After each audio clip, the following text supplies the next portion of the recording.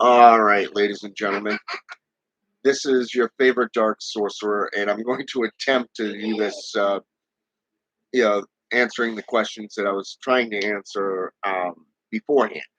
Okay, with the other video, my mother called, and as you can see, dropped off my son, so I had to go rescue him from Mimi. So, anyway, so where was I? Okay, first of all, there's a difference between Palo Monte and that of Palo Mayumbi. So a quick rundown to catch up on is Palo Monte is more spiritual in nature. So it's more to deal with spiritualism and self-evolution than in serving the spirits as a priest or priestess.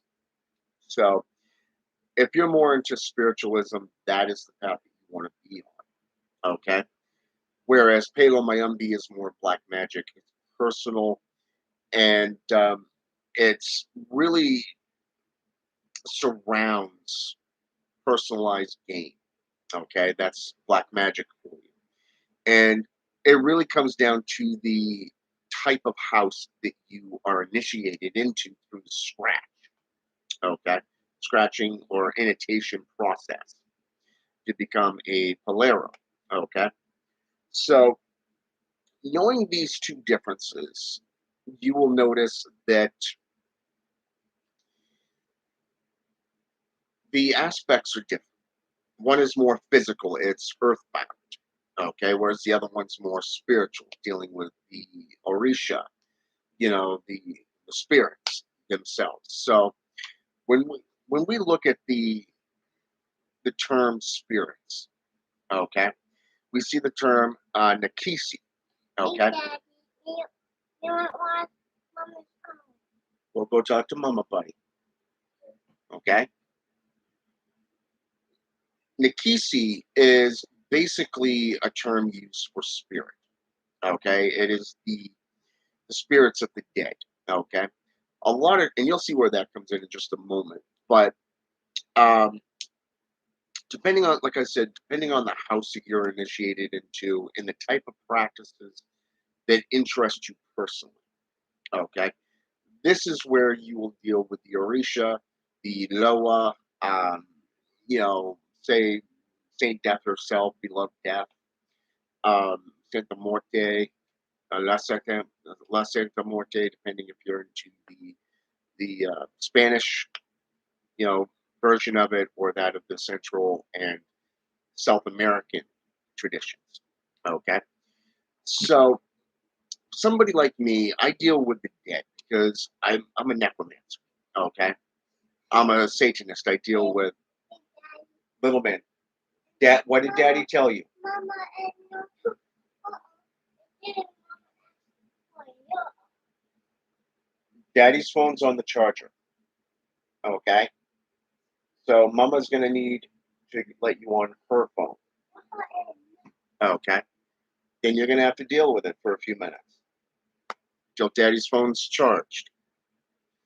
So anyways, because I deal with demons, I deal with spirits. Palo Monte and Palo Mayumbi really suits me.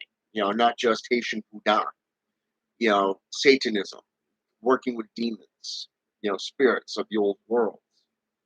These things really attract me personally. Okay, not just the black magical tools or that of the rites and rituals surrounding them, such as vampiric magics or that of, say, curses, hexes, jinxes, things that deal with divination. Okay, I'm talking the seashells or the bone casting, the cartomancy, meditations. Okay, But Mama, what can we do on the fifth? so when Daddy is done, you keep interfering, you're not going to get it. The answer will be no. Do you understand?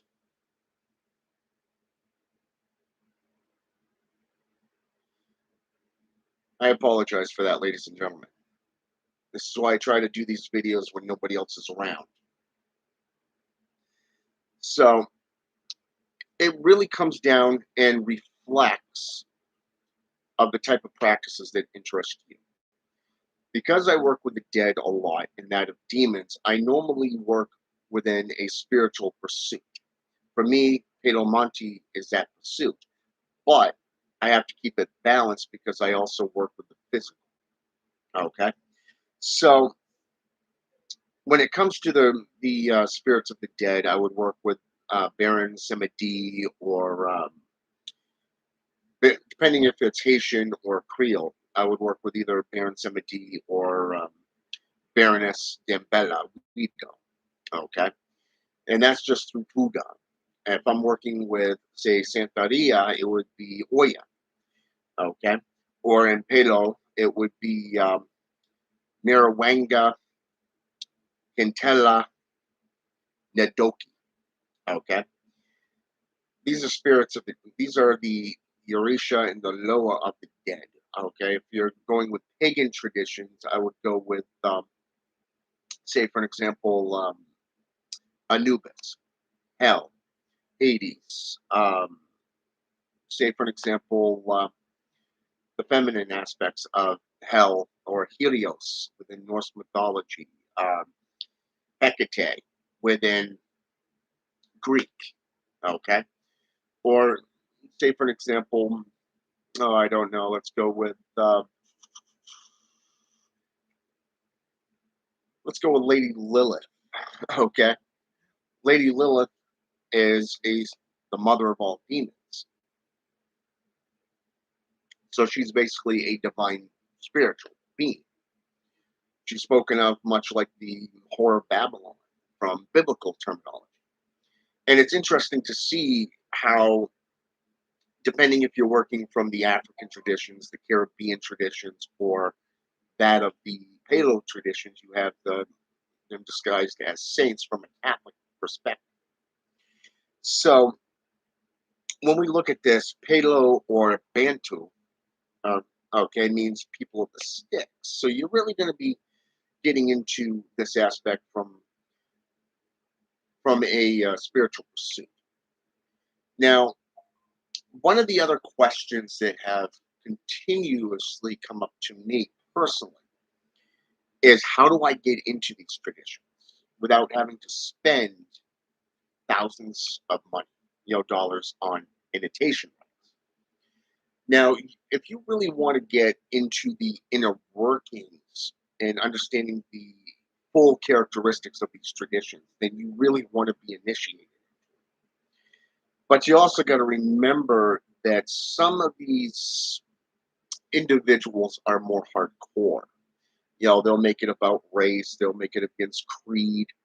Like say voodoo is basically an African, meaning black, okay, tradition. So somebody who's white or Native American, in my case, would find it a lot harder to get into these traditions, meaning you would have to work 100 times more than an average person getting into one of these traditions that is of African descent, okay, or Cuban descent for them, for that matter, okay, Spanish, Cuban, Latino, descent. And it's very interesting to see because the first thing you want to do is understand the term Naganga, okay?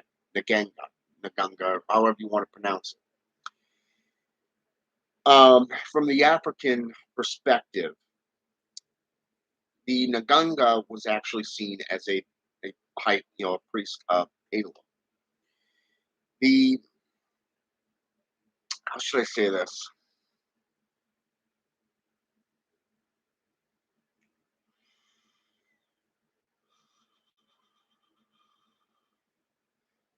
In Cuban terms, the Naganga, and it was seen more as a cauldron or a prenda, okay? The cauldron base is what most traditions understand it as today, okay? The big cauldron, the burn pot, whatever you want to call it. And then you have the Naganga in Old Spanish, meaning precious, okay? So these are terms that you really want to understand, okay? you really understand the root of these African Caribbean traditions because a lot of times you're going to find them being traced all the way back to the Yoruba people, okay, that settled on the banks of the, the Nile. You'll mostly find them surrounding Ethiopia, Malawi, the Congo region of Africa. So you're going to see a lot of these different regions being traced right back to them, these traditions. So and it's not just these traditions either. I mean, you got Makumi, you got uh, Quimbanda, you've got Nigeria, okay, and a few other traditions that came from Africa. They were brought across the sleeves over the last 3 to 600 years. Okay, settled in Dominican Republic, Haiti, Jamaica, Cuba, South America, Central America, North America, and like I said, these practices just aren't practiced just in these regions alone. They're practiced worldwide, and more people are going to either Budan or they're going into these Caribbean traditions. But a lot of people aren't putting the work in. So if you don't have the kind of money to get into the initiation process, there are rites and rituals found in certain books that you can go out and purchase and do yourself. For an example, in Satanism, you go into the Tentatio Diabolis book put out by Pontifex, was it Myrmidon Pontifex Maximus. His first book was called The Devil's Bible. Okay.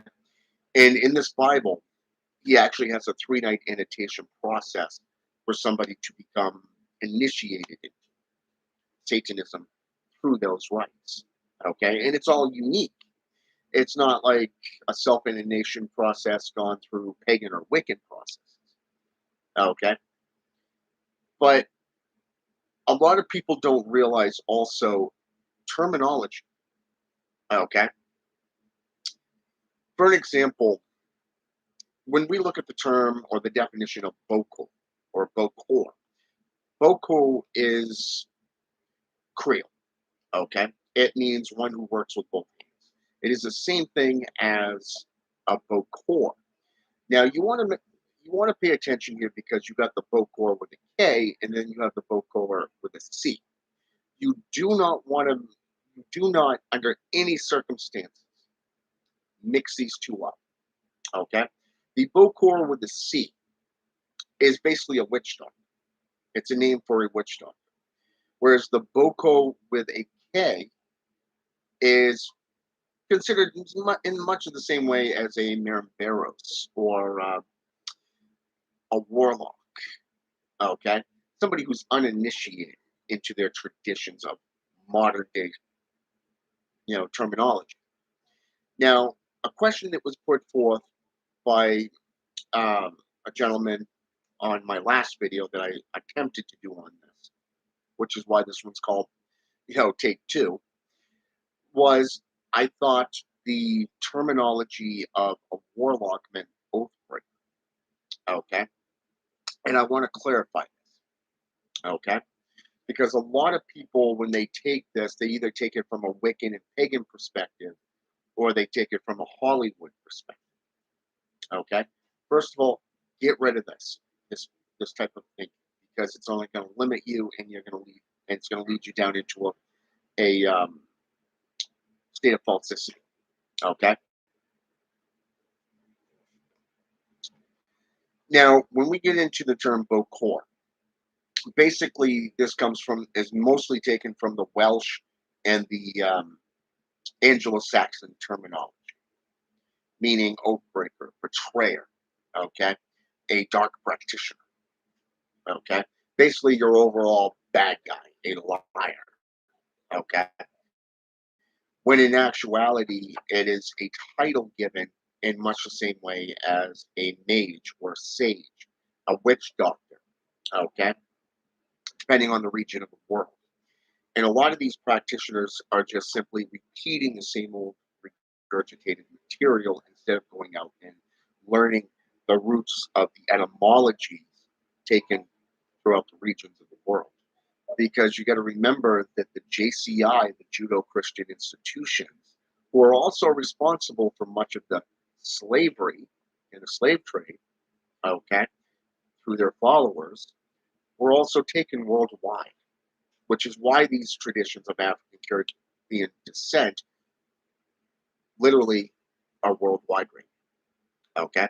Voodoo is practiced in Russia just like it is here in the United States, okay?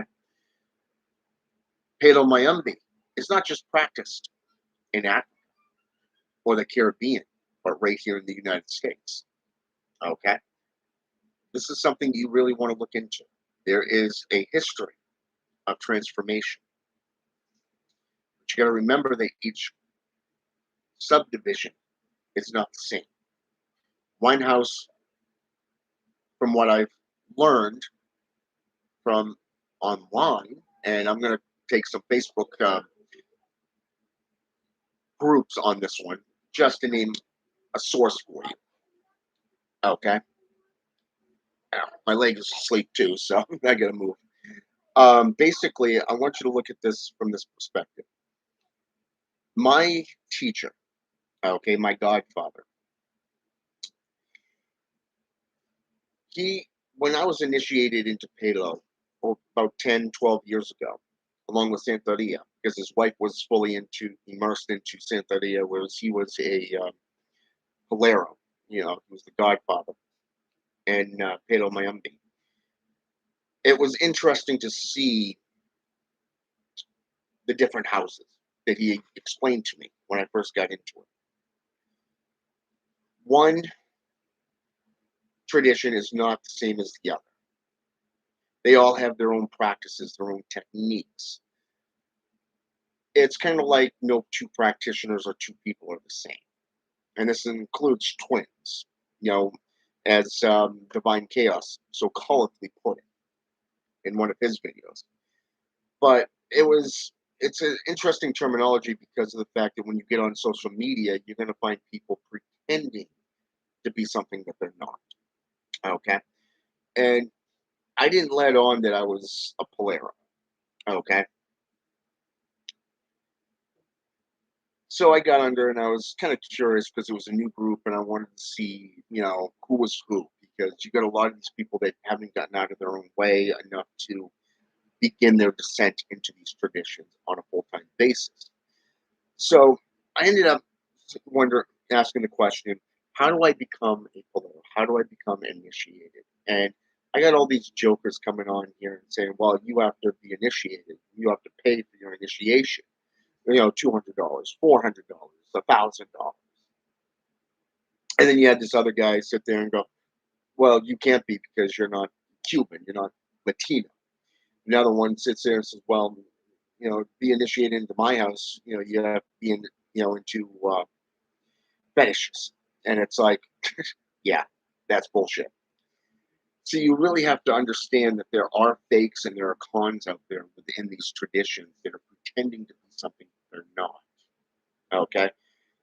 A true IFA, okay, or IFO is not going to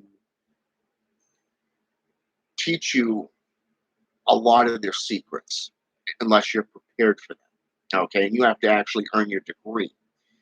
It takes you 7 years from the time that you are initiated into a tradition before you can move to the next rank.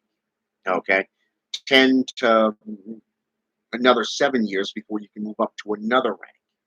Okay, moving all the way up to the Godfather rank within Palo Mayumbi alone. You know, it would be the same within Buddha. Okay, how many years does it take you to go from a Nembo or a Hungan to becoming a Babalawi? Okay, a Babalawi is a high priest. It is a council member. Okay, it is somebody who's earned that top-notch degree. Okay, over years, if not decades, of service, devotion to the Loa. Okay, it's the same thing with a warlock, a Merimberos. dark practitioners.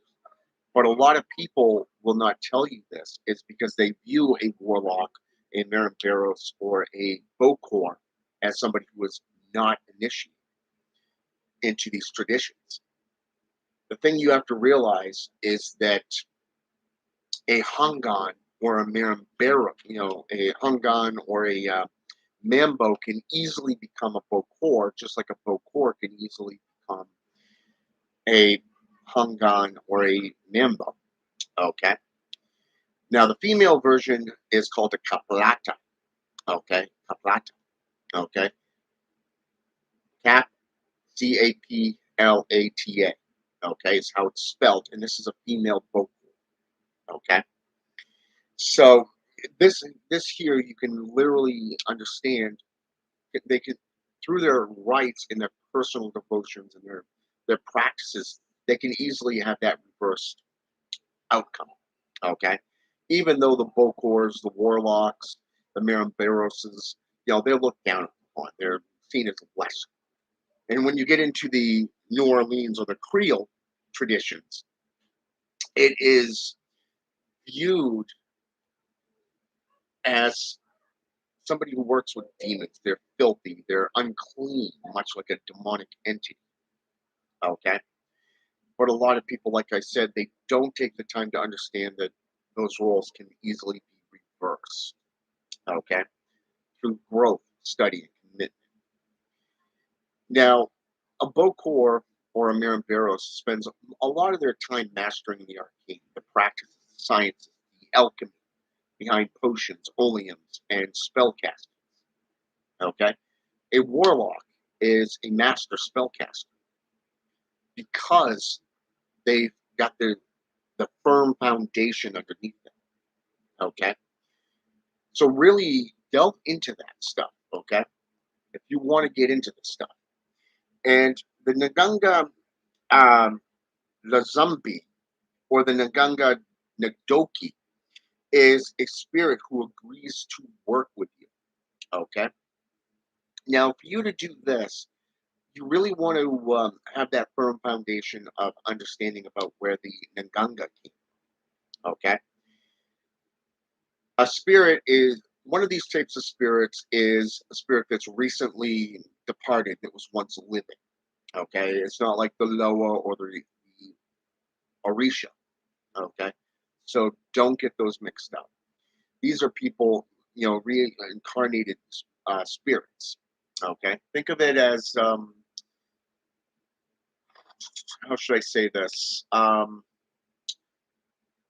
blood sorceress Cagliostro, the necromancer, for an example, said it best: reincarnation, the disincarnate. It's what she called former living spirits. Okay. Now, if you think of it this way, that is what they're called in Palo. Okay, not just Palo Monte, but Palo Mayumbi, Santeria.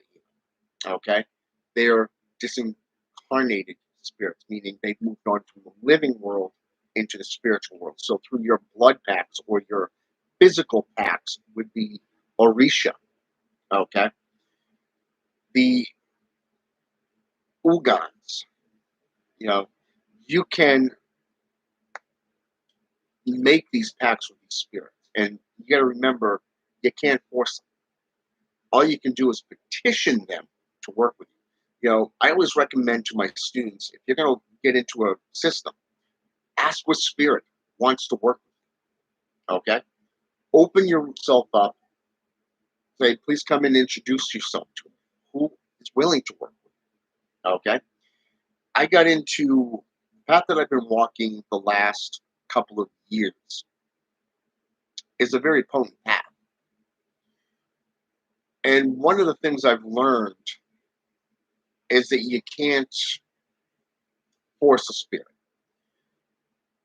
I use a seal, and I'd go in and I'd say, okay, under this particular lighting, okay, which one of you wishes to work with me? Who is my patron? Who wants to be my patron here and work with me? Okay, this is something that you can do even with demonology.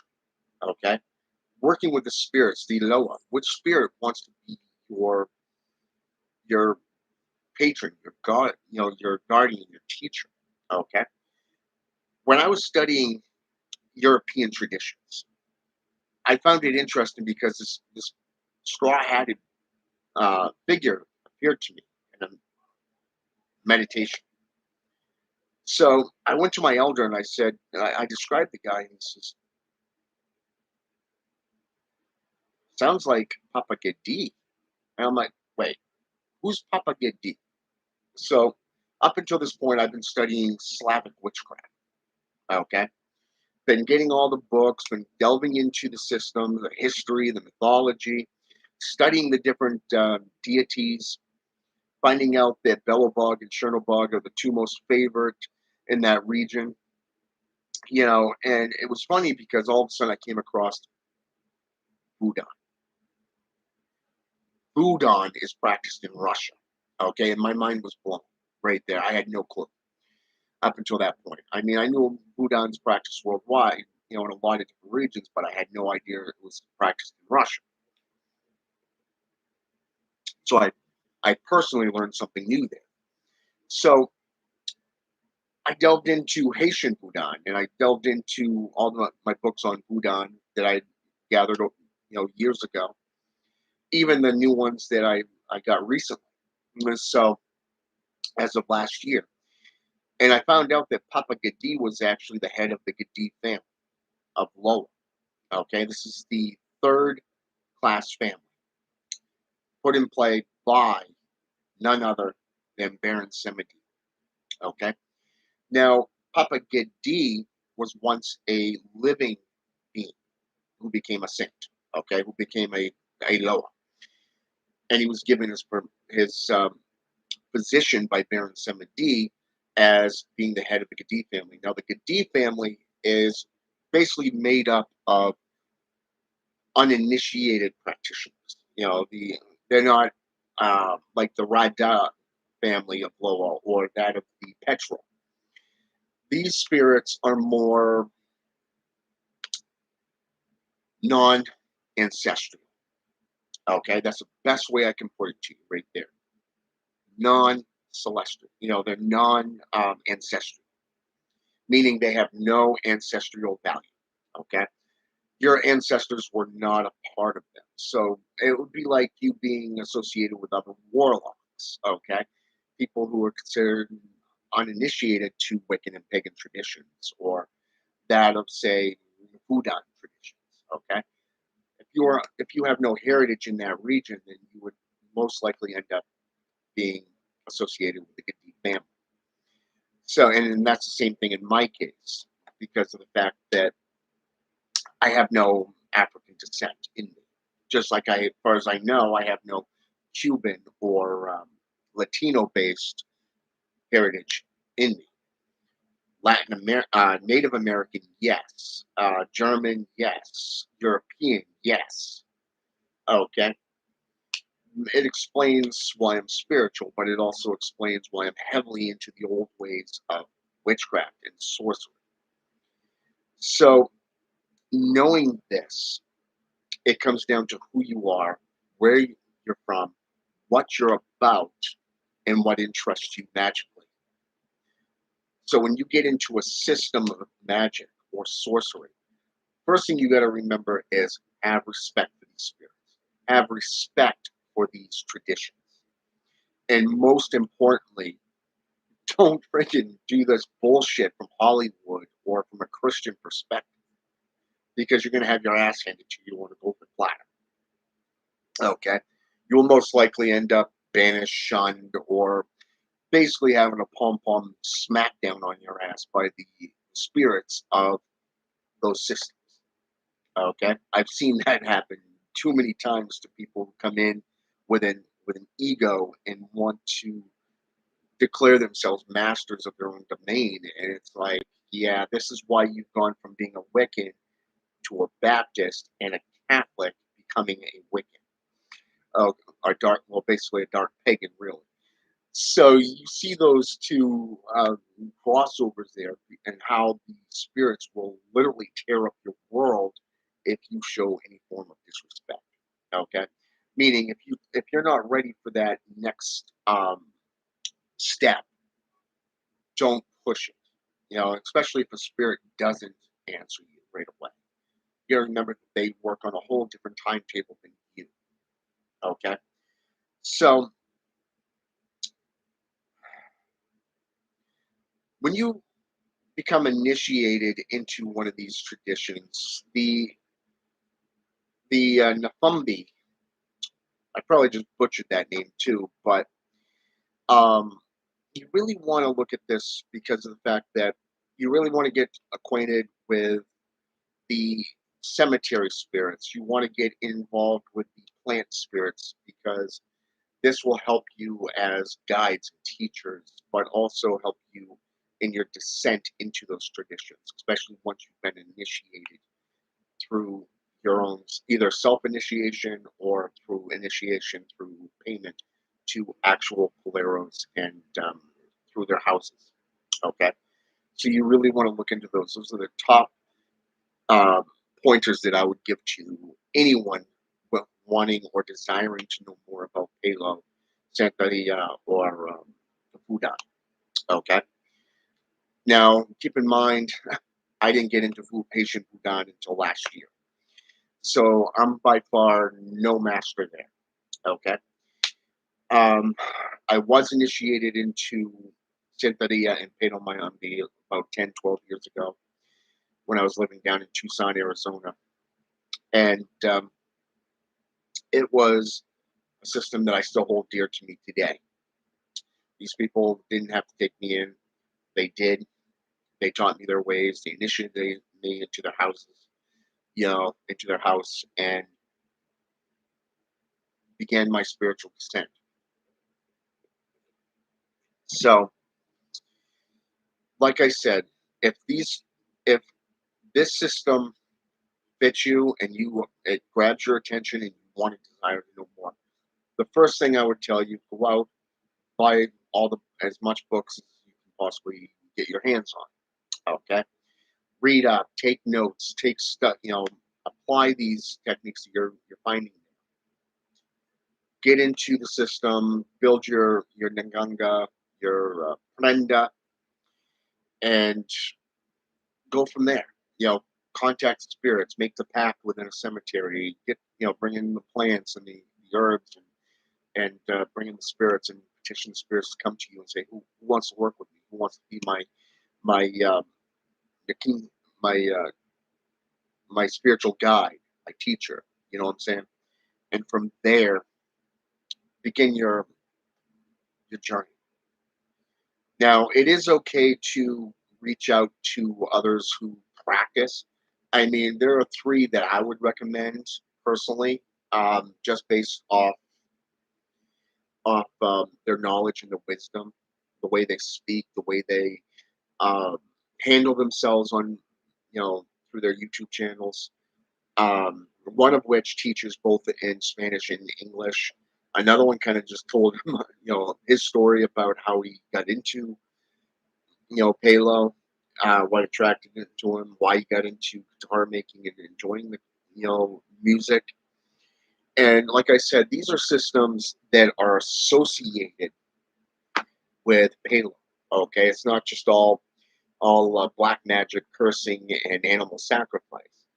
But I would recommend that if you're not interested in human or animal sacrificing, bloodletting, then my advice is don't get into these traditions because you're going to be seeing a lot of them in a lot of different rituals. And a lot of practitioners today, they claim not to condone these acts, while they forget that these have deep, deep roots in the African Caribbean traditions, not just the European traditions. Okay. So, I mean, even if you get into the JCI, the Judo Christian institutions, you see animal sacrifices.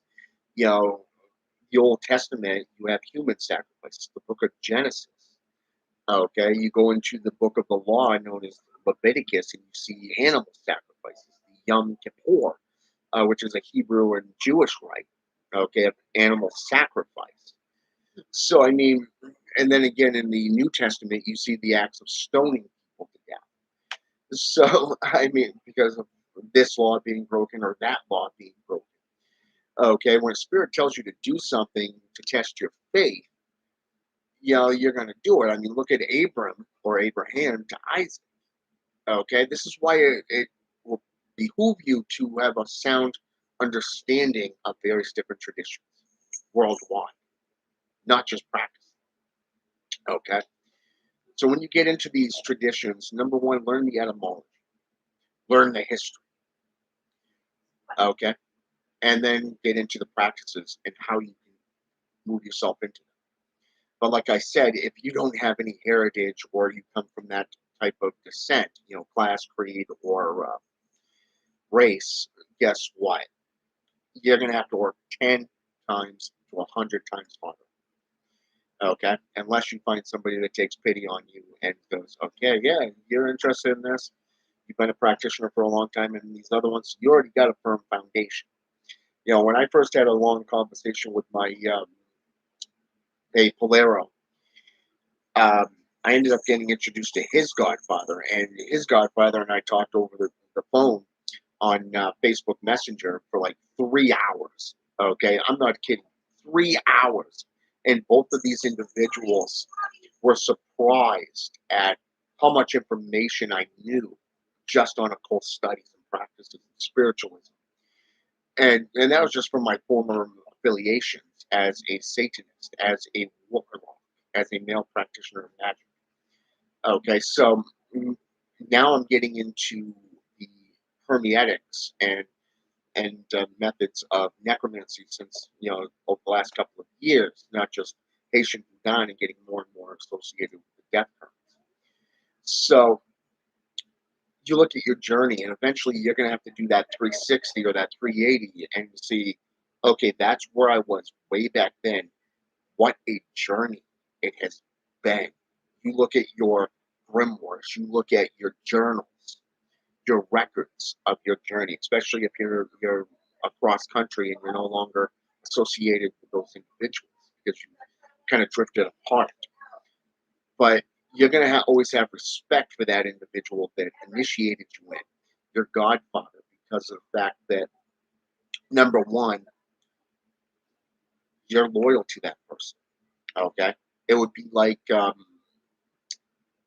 say for example a sergeant who trained a soldier. Okay, it's that brothers in arms code of conduct there. Okay, so you're really going to be learning that loyalty and that trust between you. In the martial arts, a instructor who teaches a disciple, there would be that loyalty, that commitment, that bond, that unmistakable bond. So if your teacher calls on you and asks for your help, you would go to that teacher and say, "How can I help you, sir?" Okay, and that's the thing that a lot of practitioners today just don't understand because everything's been watered down. A lot of things have been corrupted and taken out of context due to the fears and the arrogance of the world. Okay, like I said, you go into Hollywood, produce films. What is it? Voodoo, a movie starring Charisma Carpenter. Cordelia Chase from Buffy the Vampire Slayer was a movie that was based off voodoo, Haitian voodoo, and it's interesting to see. Go play, buddy. Okay, I'm almost done. So you see how they have these powers and they use these dark totems and lightning bolts coming from their fingertips and their talismans and stuff like that. This is all Hollywood produced propaganda. It's like these Harry Potter wannabes that don't even have a freaking clue that it was based off Hollywood. It's a book. It's fiction. You want to learn the real deal? Go to a practitioner. Okay, get into the systems and learn for yourself. Learn the real deal. That's why I always say that if you want to get into a tradition, there are two ways: self-initiation and actually becoming initiated through one of these houses. Okay? And once you do that, okay, you can only learn so far when you are self-initiation. Okay, self-initiated. When you initiate yourself, you can only go so far. When you are initiated by the elders of a house, you're going to learn everything that house has to offer. Okay, but in the end of the day, you're not just loyal to that house. You're loyal to the spirits that you work with. But most importantly, your path is your own. What you make of it is yours and yours alone. Okay? You'll either succeed or you will fail. Step up or step down. Speak up or shut up. Okay? Basically. And I was talking with a friend of mine from Texas just yesterday on this very topic about how many people on social media have watered down and corrupted these systems to the point where they'll sit there in a herd mentality and go, "You can't do that because of this, this, this, and this." And it's like, where's your references? Okay, I'm giving you my references. Where are your references to contradict me? Okay, to show your point of view. 9 times out of 10, they're not going to put it up. And if that's the case, just walk away, get away from it. Okay, because it does you no good. They are limiters. They are in stagnation. Okay, they're of the worldly things. But like I said, there's a huge difference between working with spirits like the Shem priests of ancient Egypt in Giza. Okay, who performed rites for Anubis, worked with the Egyptian Book of the Dead, worked with organ removal, worked within necrology and uh, mummification. Okay, but also they perform services for the spirits. Okay, not just performing these rites and everything for the public. Okay, again, you have to know what you're talking about, and you have to have your sources handy. Okay, every system is unique. They have their own currents, just like Palo Monte and Palo Mayumbi and Haitian Udon. Okay, but it's up to you on what you want to do and where you want to go and how you want to go about doing it. So I'm going to leave you with that. All right. Have a good day, and until next time.